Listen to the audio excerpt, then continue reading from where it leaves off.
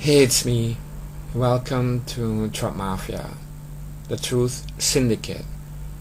Now, I haven't personally seen it, but people told me that you literally have 1,000 helicopters now in Korea, and many other things are happening, and you have to wonder about if something's going to go down or not, because a lot of us, many of us, most of us, we just cannot imagine, right, going to war against North Korea. And we're talking about people that can really send out missiles, hurt a lot of people, and even use chemical weapons.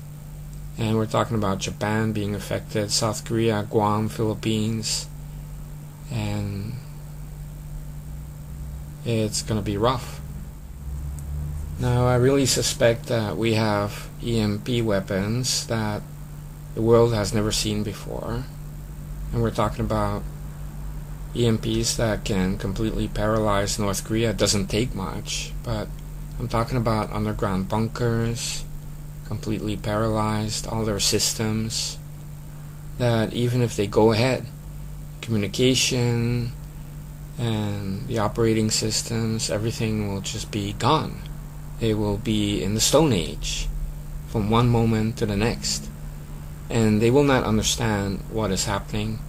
They don't have the sophistication of backup communications. They may have some kind of crude backup systems, generators and that kind of thing, but nothing that can really generate enough power to have effective communications and operating systems. So we're talking about almost completely paralyzing North Korea, and that's just the EMP phase. We're talking about special squads. I mean, if you have thousands of helicopters, it's obvious that we're talking about missions and a swarm. I've talked about this before.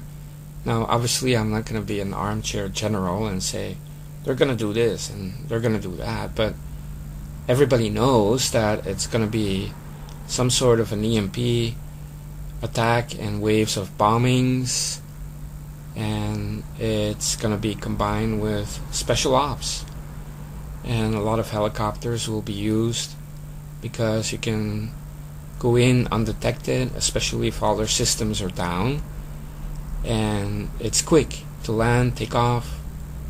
And we're talking about special forces. You have South Korean Navy SEALs, you have our Navy SEALs, you have Marine Recon, also again South Korean and of course ours, but you also have Japanese Special Forces, and we're talking about real badasses. We're not talking about, routine drills.